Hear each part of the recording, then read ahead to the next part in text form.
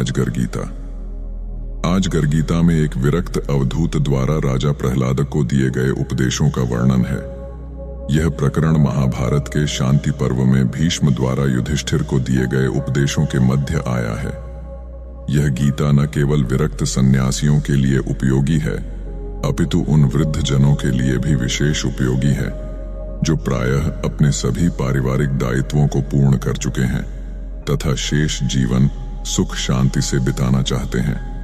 सुविधाओं तथा अभावों में सम रहने की प्रेरणा देने वाली यह गीता सानुवाद यहां प्रस्तुत की जा रही है।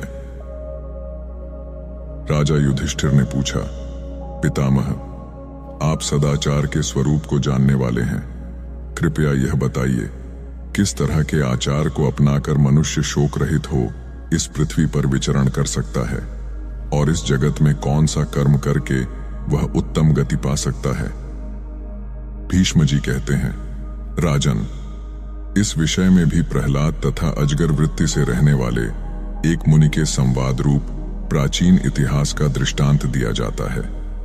एक सुदृढ़ चित्त, दुख शोक से रहित तथा बुद्धिसम्मत ब्राह्मण को पृथ्वी पर विचरते देख बुद्धिमान राजा प्रहलाद ने उससे इस प्रकार पूछा। प्रहलाद बोले, ब्राह्मण, आप स्वस्थ, शक्तिमान, मृदु, जितेंद्रिय, कर्मारंभ से दूर रहने वाले, दूसरों के दोषों पर दृष्टि न डालने वाले, सुंदर और मधुर वचन बोलने वाले, निर्भीक, प्रतिभाशाली, मेधावी तथा तत्वज्ञ होकर भी बालकों के समान विचर रहे हैं। न आप कोई लाभ चाहते हैं और न हानि होने पर उसके लिए ही शोक करते हैं। ब्राह्मण, आप नित्य तृप्त से रहते हुए न किसी वस्तु को प्रिय मानते हैं और न अप्रिय। सारी प्रजा काम क्रोध आदि के प्रवाह में पड़कर बही जा रही है, परंतु आप उधर से उदासीन जैसे जान पड़ते हैं तथा धर्म, अर्थ एवं काम संबंधी कार्यों के प्रति भी निश्चेष्ट से दिखाई देते हैं। धर्म और अर्थ संबंधी कार्यों का आप अनुष्ठान नहीं करते हैं, काम में भी आपकी प्रवृत्ति नहीं है। आप इंद्रियों के संपूर्ण विषयों की उपेक्षा करके साक्षी के समान मुक्त रूप से विचरते हैं। मुने, आपके पास कौन सी ऐसी बुद्धि, कैसा शास्त्र ज्ञान अथवा कौन सी वृत्ति है जिससे आपका जीवन ऐसा बन गया है। ब्राह्मण, आपके मत से इस जगत में मेरे लिए जो श्रेय का साधन हो उसे शीघ्र बताएं।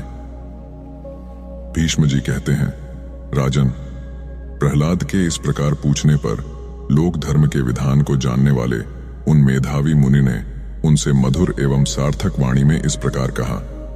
प्रहलाद, देखो, इस जगत के प्राणियों की उत्पत्ति, वृद्धि, ह्रास और विनाश कारण रहित सत्स्वरूप परमात्मा से ही हुए हैं। इस कारण मैं उनके लिए न तो हर्ष प्रकट करता हूं और न व्यथित ही होता हूं। ऐसा समझना चाहिए, पूर्वकृत कर्मानुसार बने हुए स्वभाव से ही प्राणियों की वर्तमान प्रवृत्तियां प्रकट हुई हैं। अतः समस्त प्रजा स्वभाव में ही तत्पर है, उनका दूसरा कोई आश्रय नहीं है। इस रहस्य को समझकर मनुष्य को किसी भी परिस्थिति में संतुष्ट नहीं होना चाहिए।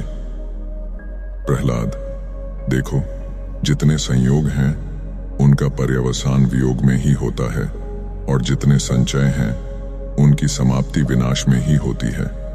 यह सब देखकर मैं कहीं भी अपने मन को नहीं लगाता हूं। जो गुणयुक्त संपूर्ण भूतों को नाशवान देखता है तथा उत्पत्ति और प्रलय के तत्व को जानता है, उसके लिए यहाँ कौन सा कार्य अवशिष्ट रह जाता है।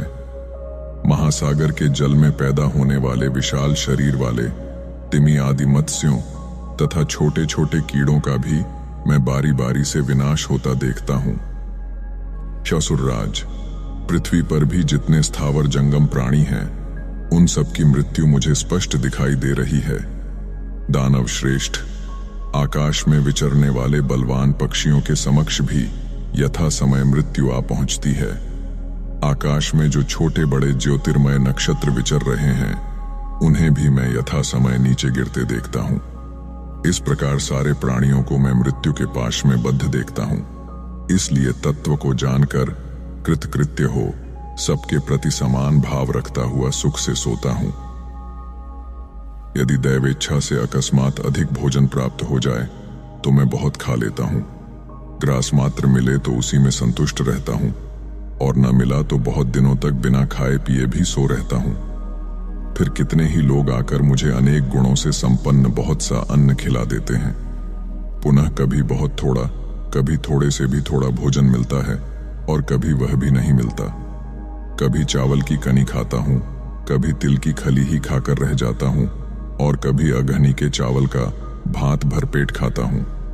इस प्रकार मुझे बढ़िया घटिया सभी तरह के भोजन बारंबार प्राप्त होते रहते हैं।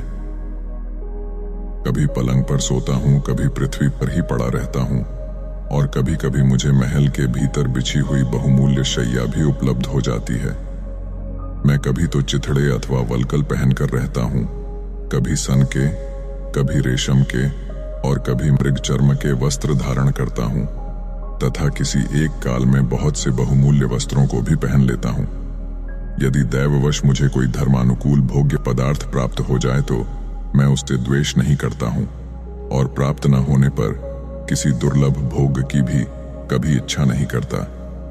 मैं सदा पवित्र भाव से रहकर इस अजगर वृत्ति का अनुसरण करता हूँ। यह अत्यंत सुदृढ़, मृत्यु से दूर रखने वाली, कल्याणमय, शोकहीन, शुद्ध, अनुपम और विद्वानों के मत के अनुकूल है।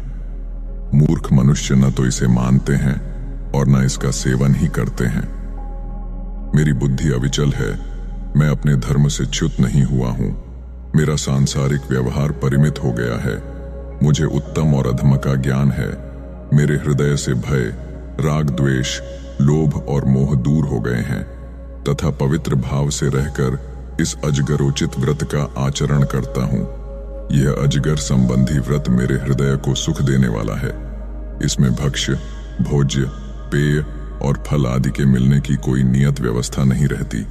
अनियत रूप से जो कुछ मिल जाए उसी से निर्वाह करना होता है।